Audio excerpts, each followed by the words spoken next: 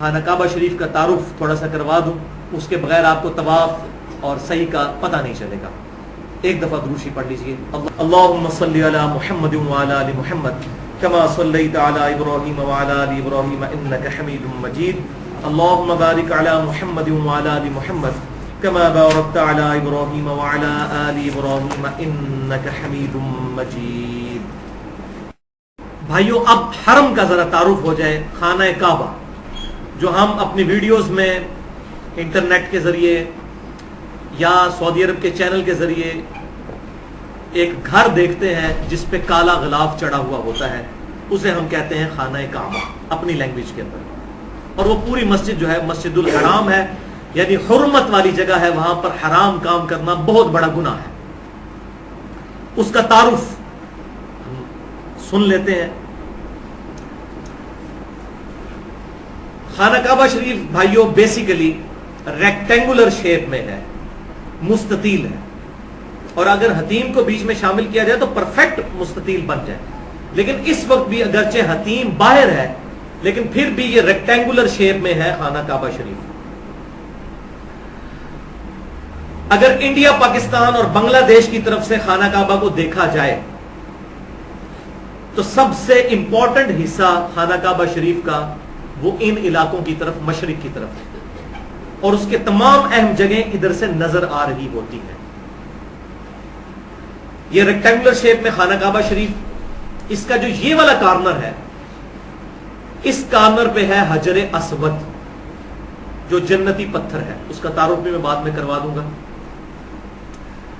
اس کے ساتھ ہی تھوڑے سے فاصلے پر خانہ کعبے کا دروازہ ہے، اور یہ کونا تو ہو گیا حجر اسود والا۔ یہ جو دوسرا کونا ہے ریکٹینگل کا، اس کو کہتے ہیں رکن عراقی، یعنی یہ جو کونا ہے عراق کی طرف ہے۔ اسی طریقے سے اس کے بالکل ڈائیگنلی اپوزٹ جو ہے وہ ہے رکن یمانی، یہ کارنر یمن کی طرف ہے، اس لیے اسے رکن یمانی کہتے ہیں۔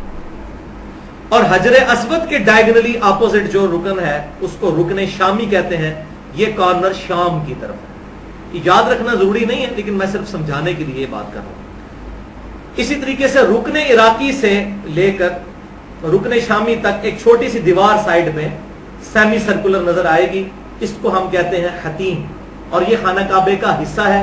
صحیح بخاری میں موجود ہے کہ مشرکین عرب جو ہیں وہ اپنے پاکیزہ مال کے ذریعے بیت اللہ شریف کی تعمیر کرنے لگے، تو ان کا مال ختم ہو گیا، تو انہوں نے خانہ کعبہ شریف کو تھوڑا سا بنایا، یہ جو کمرہ سا بنایا، اور باقی حصے میں چھوٹی سی دیوار بنا کے اس کو چھوڑ دیا، اگرچہ وہ خانہ کعبہ شریف کا حصہ ہے۔ اور بخاری اور مسلم کی حدیث ہے، اے عائشہ، اگر مجھے تیری قوم کا خیال نہ ہوتا کہ یہ نئے نئے جاہلیت سے پھرے ہیں تو میں حتیم کو بھی خانہ کعبے میں داخل کر دیتا، لیکن فتنے کے ڈر سے نہیں کرتا، اور وہ اللہ کی طرف سے ہمارے لیے رحمت ہوئی۔ آج تک حتیم خانہ کعبے سے باہر ہے، لیکن اس کے اندر نماز پڑھنا گویا خانہ کعبہ کے اندر نماز پڑھنا ہے۔ اور اسی کے اندر اوپر آپ دیکھیں گے پرنالا بہت بڑا سا نظر آئے گا، اسے مزاب رحمت کہتے ہیں، یعنی خانہ کعبے کی چھت کا پانی حتیم کے اوپر گرتا ہے، تو حتیم میں کھڑے ہو کر نماز پڑھی گویا کہ آپ نے خانہ کعبہ کے اندر پڑھی، اور آسانی سے بندہ پہنچ جاتا ہے۔ اسی طریقے سے یہ جو دیوار ہے جس کے ایک کونے پہ حجر اسود اور دوسرے پہ رکن عراقی ہے، اسی میں رکن عراقی کے پاس ہی تھوڑا سا پیچھے ہٹ کر مقام ابراہیم ہے، یلو کلر کی جالی، اور اس کے اندر وہ پتھر جس پہ ابراہیم علیہ السلام کے پاؤں مبارک کے نشان اب بھی موجود ہیں، اللہ تعالیٰ کی طرف سے معجزانہ طور پر، جس پہ کھڑے ہو کر انہوں نے خانہ کعبہ کی تعمیر کی تھی، جس کا ذکر قرآن میں ہے وَاتَّخِذُوا مِن مَّقَامِ إِبْرَاهِيمَ مُصَلًّى۔ اے نبی صلی اللہ علیہ وسلم، ابراہیم علیہ السلام کے کھڑے ہونے کی جگہ کو اپنا مصلی بنا لو۔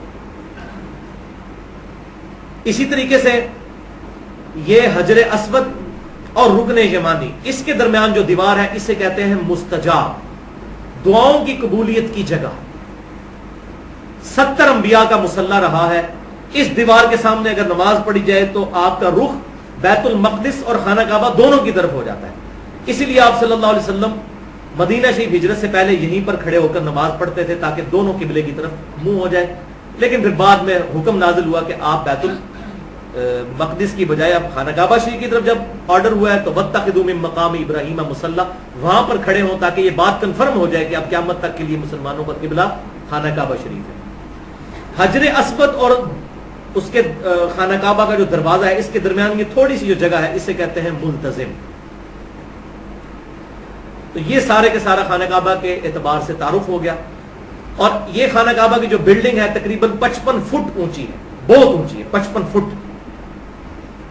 اور اگر آپ باہر سے دیکھیں تو باہر کی جو سڑکیں ہیں وہ اس سے بھی اونچی ہیں, کیونکہ خانہ کعبہ بیسیکلی ایک وادی ہے, اس کی ساری طرف چٹیل پہاڑ ہے پتھروں کے, یہ کوئی میدانی علاقہ نہیں.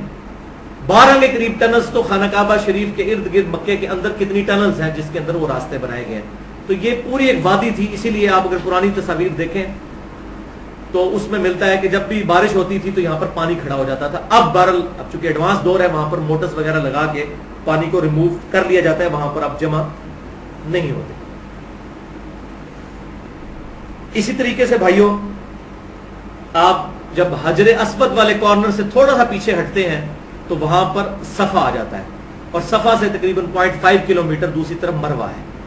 تو یہ اگر پاکستان کی طرف سے دیکھا جائے ایریل ویو تو یہ پی بنتی ہے, پی انگلش کا ورڈ جو ہے پی, جس میں یہ بیت الحرام کی مسجد اور یہ ساتھ 0.5 کلومیٹر صفا اور مروہ.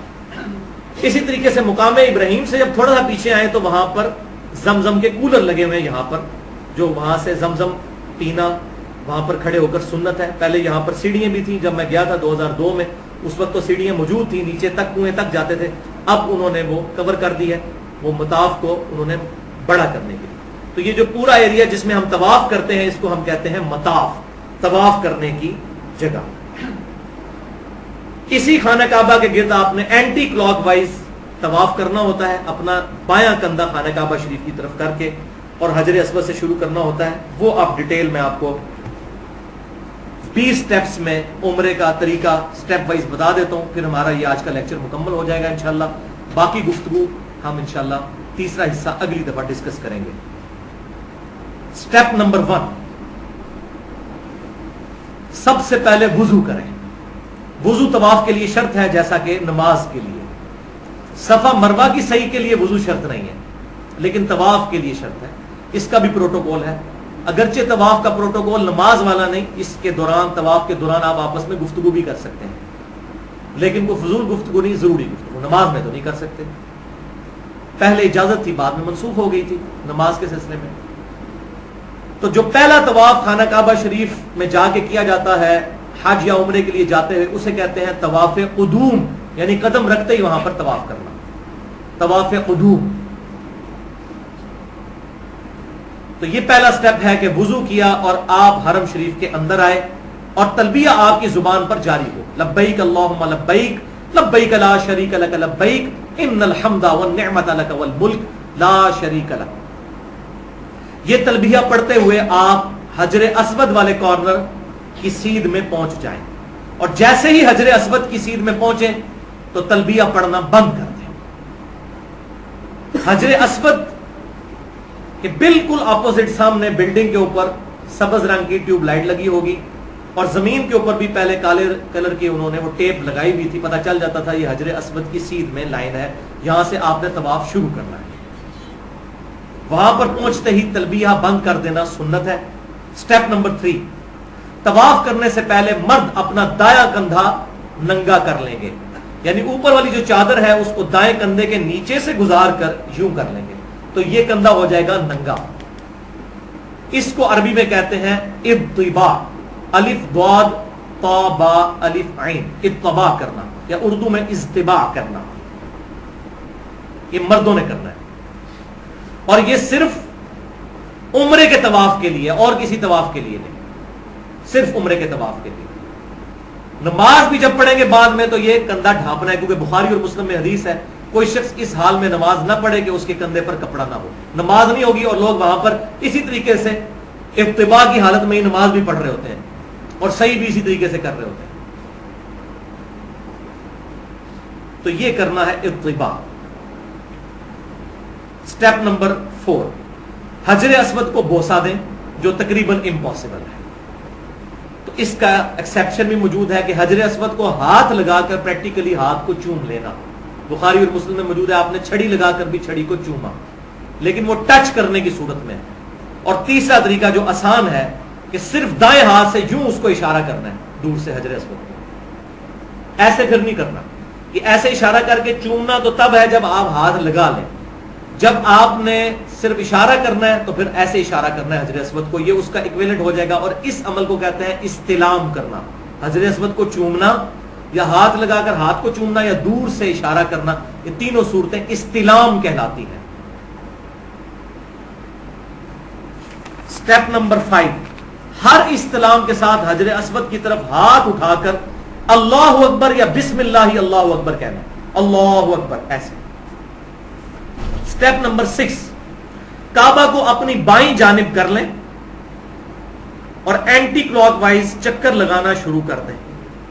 اور یہ طواف کے چکر جو 7 ہیں، 7 کے 7 چکر حتیم کے باہر باہر لگانے، کیونکہ حتیم بھی خانہ کعبہ کا حصہ ہے. اور ظاہر ہے کہ وہاں پر وہ ویسے بھی انہوں نے شرطیں کھڑے کیے ہوتے ہیں، حتیم میں کوئی گھس نہیں سکتا اس طریقے سے، تھوڑا سا ہی راستہ ہوتا ہے، باہر سے ہی طواف ہو رہا ہوتا ہے. اینٹی کلاک وائز چکر لگانا شروع کر دیں. سٹیپ نمبر 7، پہلے 3 چکروں میں مرد حضرات جو ہیں وہ اکڑ کر چلیں گے، چھوٹے چھوٹے قدم اٹھاتے ہوئے تھوڑا تیز. اس عمل کو کہتے ہیں رمل کرنا.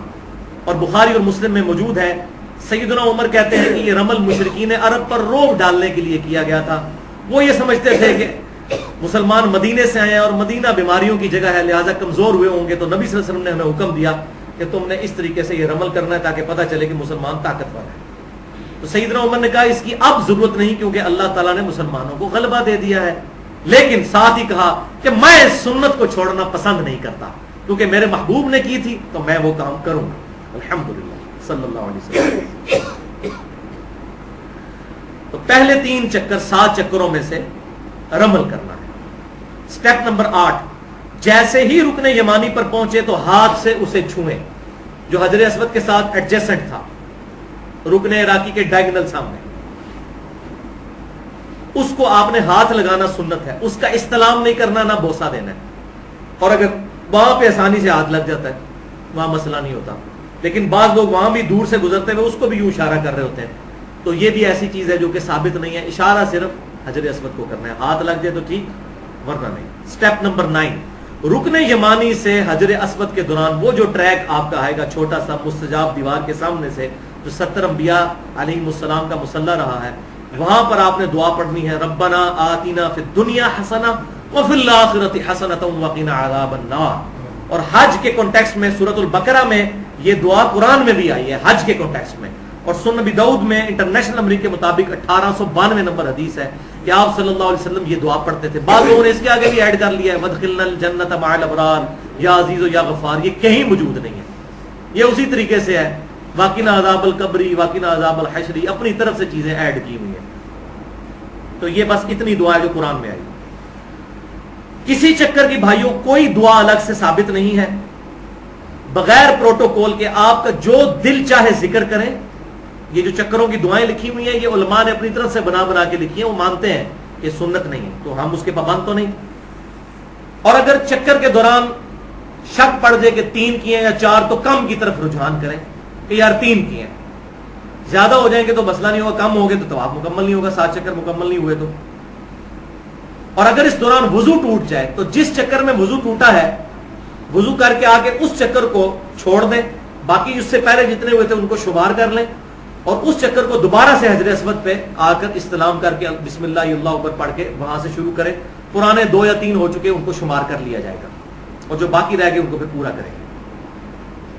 سنت اذکار کر سکتے ہیں، لیکن وہاں پر کیا ہوتا ہے لوگ موبائل فون سن رہے ہوتے ہیں، اتنے موبائل بجتے ہیں طواف کرتے کہ بندہ پریشان ہو جاتا ہے کہ لوگ اتنی دور سے یہ کام کرنے کے لیے آئے، کون سی اتنی ضروری بات ہے جو کرنی ہے بھی ضروری ہے. موبائل اس دوران بھی بند نہیں کرتے. اب چکروں کی تعداد کو آسانی سے یاد رکھنے کے لیے سنت اذکار اپنے اوپر خود کوئی آپ کر لیں جو سنت سے ثابت ہے. جیسے میں کیا کرتا تھا وہ میں آپ کو بتا دیتا ہوں. کوئی تسبیح کاؤنٹر رکھنے کی ضرورت ہی نہیں، آپ بھول ہی نہیں سکتے. سنت اذکار اگر ایک ترتیب سے یاد رکھیں تو وہ 7 کے 7 سنت اذکار آئیں گے، تو ہر چکر میں ایک ذکر کرتے جائیں، آپ کو خود بخود یاد رہے گا کہ یہ پہلا چکر ہے، یہ دوسرا ہے. اور وہ کون سا جو بخاری اور مسلم میں اذکار موجود ہے. تسبیح فاطمہ پہلے چکر میں آپ صرف پڑھیں سبحان اللہ سبحان اللہ سبحان اللہ سبحان اللہ، بہت بڑی نیکی ہے۔ جب وہ چکر حجر اسود پہ پورا ہو پھر آپ شروع کر دیں الحمدللہ الحمدللہ الحمدللہ، دو ہو گئے، تیسرے میں اللہ اکبر، چوتھے میں لا الہ الا اللہ سبحان اللہ والحمدللہ ولا الہ الا اللہ واللہ اکبر، تو اس میں لا الہ الا اللہ، اسی میں پھر لا حول ولا قوت الا باللہ بھی آتا ہے۔ یہ صحیح بخاری میں ہے کہ آپ صلی اللہ علیہ وسلم کے تہجد کے وقت یہ ذکر ہوتا تھا سبحان اللہ والحمدللہ ولا الہ الا اللہ واللہ اکبر ولا حول ولا قوت الا باللہ العلی العظیم۔ صحیح مسلم میں موجود ہے کہ اللہ تعالیٰ کو 4 کلمات بہت پسند ہیں، سبحان اللہ والحمدللہ ولا الہ الا اللہ واللہ اکبر، چوتھے میں لا الہ الا اللہ پڑھ لیا، ٹھیک ہے جی۔ اسی طریقے سے 5ویں چکر میں لا حول ولا قوت الا باللہ، چھٹے میں استغفر اللہ پڑھ لیں، استغفر اللہ واتوب الیہ، استغفر اللہ ربی من کل ذنب واتوب الیہ۔ 7ویں چکر میں درود شریف پڑھ لیں، اللہم صلی علی محمد وعلی آل محمد، یا درود ابراہیمی پڑھ لیں۔ تو اس طرح آپ کو یاد رہے گا کہ چکر کون سا چل رہا ہے، کبھی بھی نہیں بھولیں گے۔ الحمدللہ درجنوں طواف کیے ہیں، یہ تو کبھی ایشو ہی نہیں آیا کہ جی چکر کون سا ہے، اور لوگوں نے وہاں شمارے رکھے ہوتے ہیں، بار بار پھینک رہے ہوتے ہیں آپس میں، کتنے ہوئے ہیں 3 ہوئے ہیں کہ 4، وہ ادھر چکر دے رہے ہیں۔ حالانکہ اپنے اوپر اگر لازم کریں تو توجہ کے ساتھ کریں تو کوئی مسئلہ نہیں ہوتا، یہ سجیشن ہے۔ سٹیپ نمبر 10، ہر چکر کے اینڈ پہ حجر اسود کا استلام کرنا ہے۔ طواف کا سٹارٹ بھی حجر اسود کے استلام سے ہوا اور ہر چکر کے اینڈ پہ بھی استلام کرنا ہے۔ سٹیپ نمبر 11، کل 7 چکر لگانے ہیں، 3 میں مردوں نے رمل کرنا ہے اور باقی 4 نارمل کرنے ہیں، لیکن عورتوں نے رمل نہیں کرنا۔ وہ مسند امام شافعی میں صحیح سند کے ساتھ انٹرنیشنل نمبر کے مطابق 573 نمبر اثر ہے عبداللہ ابن عمر رضی اللہ تعالیٰ عنہ کا، وہ فرماتے ہیں کہ عورتوں نے نہ تو رمل کرنا ہے، طواف کے دوران دوڑنا ہے، اور نہ ہی صحیح کرتے ہوئے دوڑنا ہے، جہاں پر وہ ایک تھوڑا سا پورشن آتا ہے جہاں مردوں نے دوڑنا ہوتا ہے، لہٰذا یہ حدیث سے ثابت ہے یہ بات، تو دوڑنا نہیں ہے، صرف مردوں نے دوڑنا ہے۔ اچھا، اس کے بعد سٹیپ نمبر 12، تو 7 چکر ہوں گے اور 8 استلام بنیں گے، کیونکہ پہلے چکر کے شروع میں بھی آپ نے استلام کیا تھا، ہر چکر کے بعد بھی کیا، 7 چکروں کے بعد کیے تو 7 ہو گئے، اور پہلے چکر کے شروع میں بھی کیا تھا 8 استلام ہو گئے۔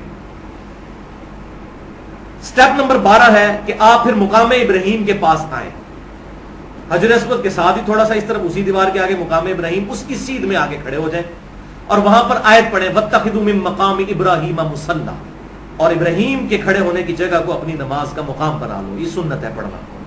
وہاں پر آپ نے اس کی سیدھ میں 2 نفل پڑھنے ہیں، یعنی ایگزیکٹ اس کو سترا بنا کر پیچھے تک کہیں بھی نماز پڑھی جا سکتی ہے۔ اور اس میں صحیح مسلم میں موجود ہے کہ آپ صلی اللہ علیہ وسلم نے پہلی رکعت میں قل یا ایھا الکافرون اور دوسری میں قل ھو اللہ احد، یہ 2 صورتیں پڑھی تھی۔ یہ مکروہ وقت کے علاوہ کسی بھی وقت 2 نفل پڑھے جا سکتے ہیں، اور وہ مینلی 3 مکروہ وقت ہیں جو مسئلہ نمبر 30 کے اندر میں نے ڈیٹیل سے بتائے ہیں۔ ایک تو سورج نکلتے وقت تقریباً 10 منٹ کا وقت، اور سورج جب درمیان میں پہنچ جائے اس وقت 10 سے 20 منٹ کا وقت، اور غروب سے 10-20 منٹ پہلے، یہ 3 اوقات ہیں۔ ان کے علاوہ جتنے بھی اوقات ہیں ان میں طواف کے نفل پڑھے جا سکتے ہیں۔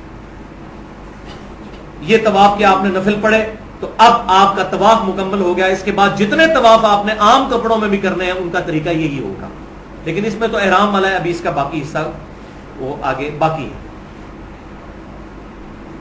تو سادہ کپڑوں میں جو طواف کریں گے اس میں مرد رمل نہیں کریں گے، وہ عام حالت میں ہی طواف ہوگا، رمل صرف احرام کی حالت میں ہے۔ ایک بات مجھ سے سکپ ہو گئی، میں یہاں پر بتا دیتا ہوں کہ بعض لوگ یہ سمجھتے ہیں کہ حج اور عمرے کے دوران مسجد حرام کے اندر جو لوگ نماز پڑھ رہے ہیں اس نمازی کے آگے سے گزر سکتے ہیں، اور خصوصاً یہ تماشا لگتا ہے مقام ابراہیم پہ جہاں پہ اتنے لوگ نوافل پڑھ رہے ہوتے ہیں، تو لوگ ان کے آگے سے بے دھڑک گزر جاتے ہیں کہ کوئی گناہ نہیں ہے۔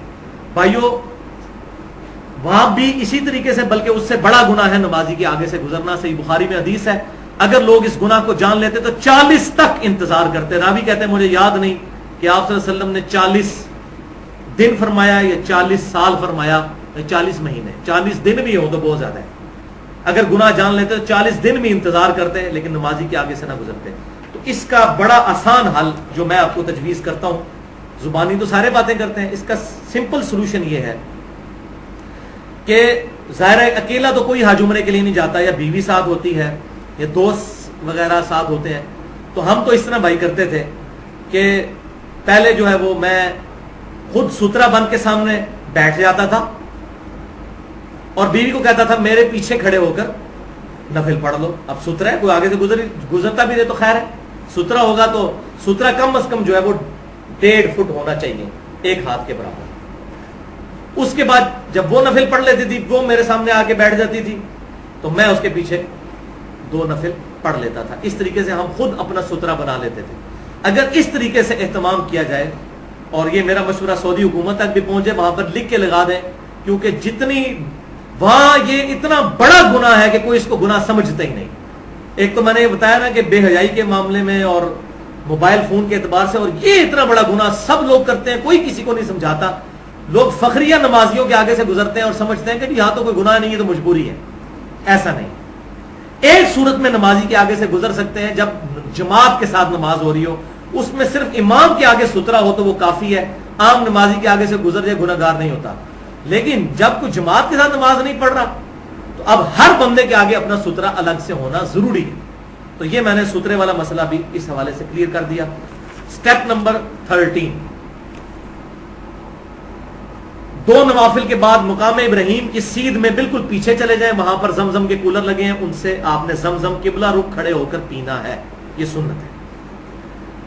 سٹیپ نمبر 14, پھر دوبارہ آپ حجر اسود پہ آئیں گے اور پھر استلام کریں گے.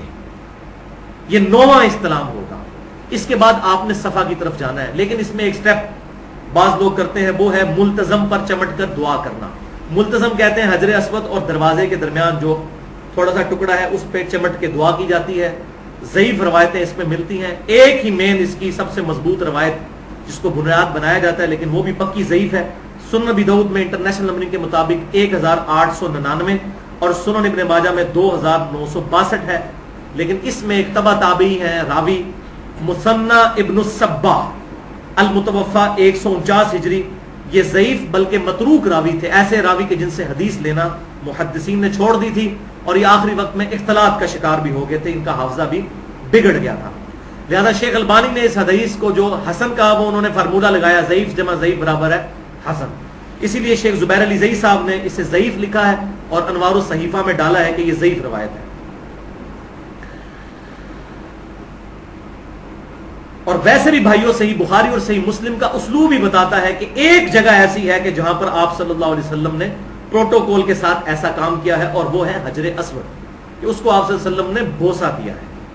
بخاری اور مسلم کی متفق علیہ حدیث ہے. صحیح بخاری میں انٹرنیشنل نمبرنگ کے مطابق 1597 اور صحیح مسلم میں 3070 کہ سیدنا عمر رضی اللہ تعالیٰ عنہ حجر اسود کے پاس آئے, اس کو بوسہ دیتے ہوئے ارشاد فرمایا, اے حجر اسود, تو ایک پتھر ہی تو ہے, نہ کسی کو نفع دے سکتا ہے نہ نقصان. اگر میں اپنے محبوب صلی اللہ علیہ وسلم کو نہ دیکھتا کہ وہ تجھے چوم رہے تھے, تو میں تجھے چومتا بھی نہ. تو حجر اسود کا اگر یہ سٹیٹس ہے, تو ملتزم اور رکن یمانی وہ کہاں پر کس لیول پہ آئیں گے؟ تو حجر اسود جو ہے, اس کے ساتھ بعض لوگوں نے جوڑ دیا کہ سیدنا علی نے سیدنا عمر سے کہا کہ نہیں, یہ نفع بھی دیتا ہے اور نقصان بھی دیتا ہے. یہ روایت کہیں پر نہیں لکھی ہوئی. بخاری اور مسلم کا میں نے نمبر بتا دیا, خود کھول کے دیکھ لیں, روایت اتنی ہے.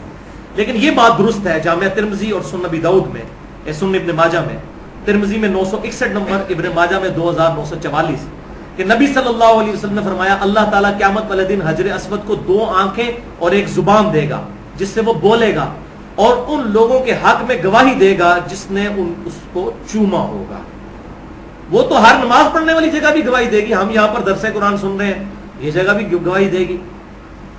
بوسہ ضرور دیں حجر اسود کو, اس میں کوئی شک نہیں ہے کہ بہت اہم ترین پتھر ہے. لیکن لیکن لیکن اب یہ کڑوی بات ہے, بہت کڑوی بات, کہ جو بے حیائی کا طوفان بدتمیزی حجر اسود کے پاس ہوتا ہے, یقین کریں ولیعوذ باللہ تعالی, مردوں اور عورتوں کا اختلاط وہاں دیکھنے میں ملتا ہے. عورتوں پہ مرد چڑھے ہوئے ہوتے ہیں, مردوں پہ عورتیں چڑھی ہوئی ہوتی ہیں. اتنا رش, ہزاروں لوگ جب ایک پتھر کو چومنے کے لیے آئیں گے تو کیا حالت ہوگی. میرا تو جا کے سارے کا ساری وہاں پہ روحانیت جو ہے نا, میں نے کہا یار خانہ کعبہ کے اندر اتنی بے حیائی مچائی ہوئی ہے ایک مستحب کام کو پورا کرنے کے لیے, جبکہ وہ استلام دور سے بھی ہو سکتا ہے. یہ 5 چیزیں ایسی ہیں جو مجھے بڑی عجیب لگی. ایک تو جن سے میرا دل کھٹا ہوا. ایک تو یہ والی چیز. دوسرا طواف کے دوران لوگ بھیک مانگ رہے ہوتے ہیں. آپ طواف کر رہے ہیں, نیچے لوگوں نے ہاتھ, اور اکثر پاکستانی ہوتے ہیں, یہ سندھ کے رہنے والے لوگ. تیسرا موبائل بجتے ہیں. چوتھا نظروں کی حفاظت وہاں پر بڑا مشکل ہو جاتا ہے, کیونکہ عورتوں کے چہرے کھلے ہوئے ہیں. ظاہر ہے کہ میں نے بتا دیا, وہ تو حکم ہے, یہی آزمائش تھی.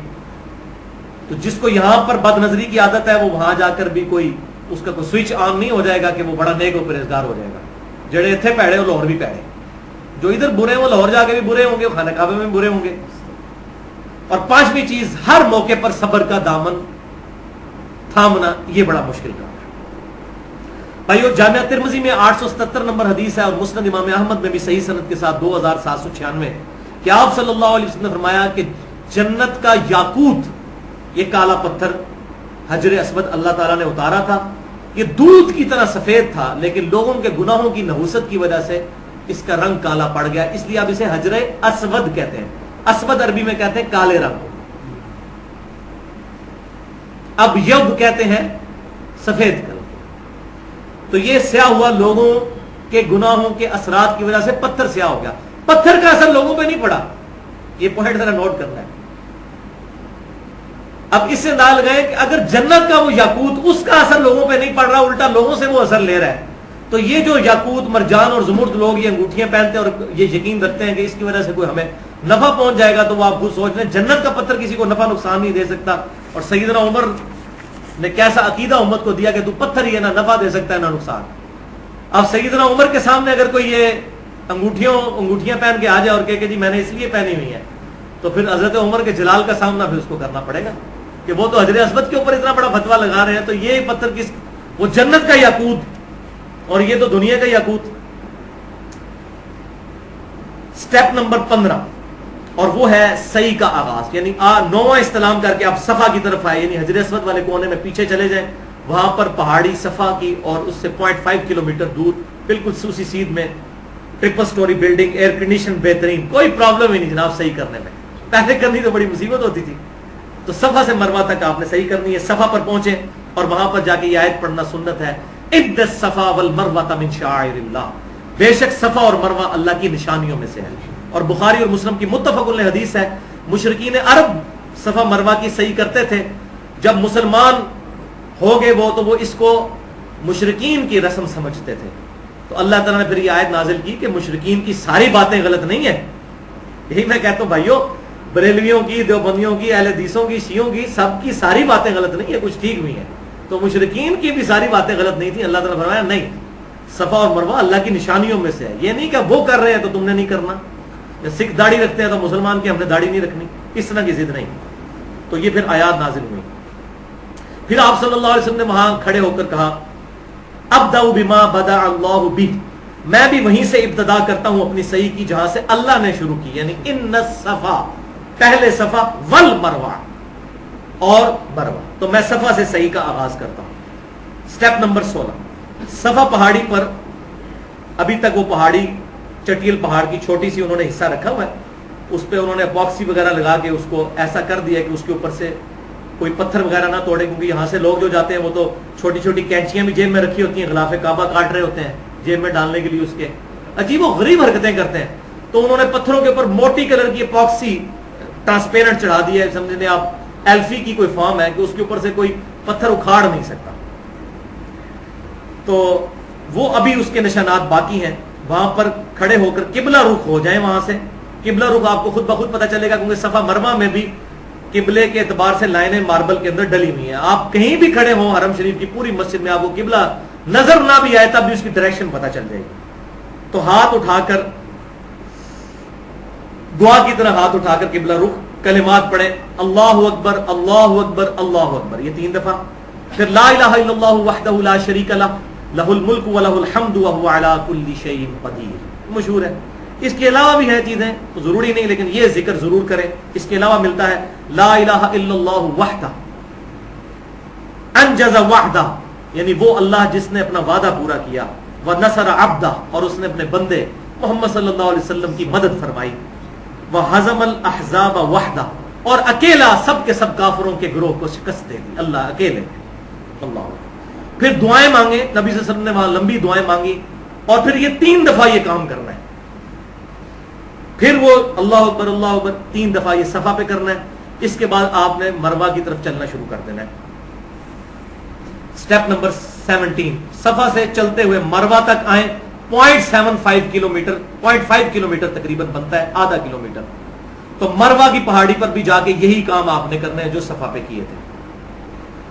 البتہ اس دوران ایک دعا آتی ہے المصنف ابن ابی شیبہ میں سیدنا ابن عمر اور ابن مسعود رضی اللہ تعالی عنہما سے کہ وہ یہ دعا پڑھا کرتے تھے صفا مروا کی سعی کے دوران, رب اغفر وارحم وانت الاعز الاکرم, اے اللہ مغفرت فرما اور ہم پر رحم فرما, بے شک تو عزت والا اور کرم والا ہے.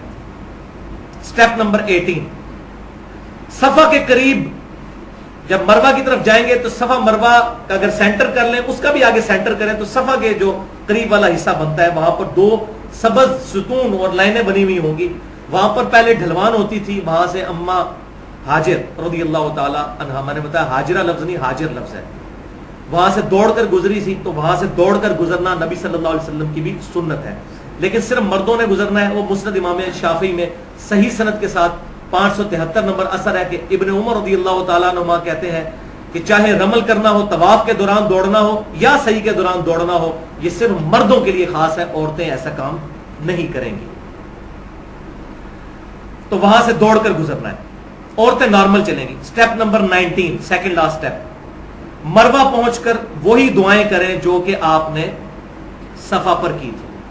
تو یہاں بھی 7 چکر کاٹنے ہیں, لیکن یہ 7 چکر آدھے ہیں, 3.5 بنے گا. یعنی صفا سے مروا گئے تو 1 چکر, مروا سے واپس صفا آئے تو 2 ہو گئے. پھر اسی طریقے سے صفا سے مروا 3, پھر مروا سے صفا 4, اور اسی طریقے سے یعنی ون سائڈ کو ایک پورا چکر شمار کیا جائے گا.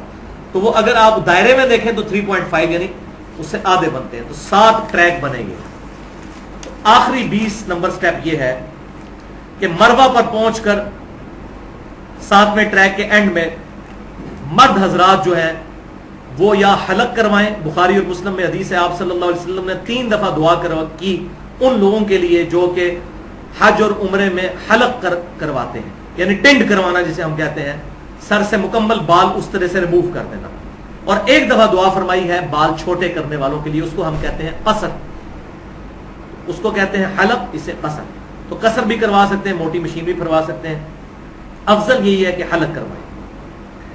بعض وہاں پہ مرد اپنے ٹشن کے چکر میں جو ہے وہ تھوڑے سے بال سائڈ سے کاٹتے ہیں, تو وہ احرام کی پابندیوں سے آزاد نہیں ہوتے اور ان پہ دم واجب ہو جائے گا. تو وہ بال ریموو کرنے ہیں, چاہے چھوٹے کروائیں, پورے سر کے بال چھوٹے کروانے, یہ نہیں کہ تھوڑے حصے کے کروا دیے جسے قضا کرنا کہتے ہیں, وہ تو آپ نے ویسے ہی منع فرمائے. پورے کے پورے سر کے بال ریموو کروانے ہیں, چاہے چھوٹے کروائیں چاہے اس طرح کروائیں.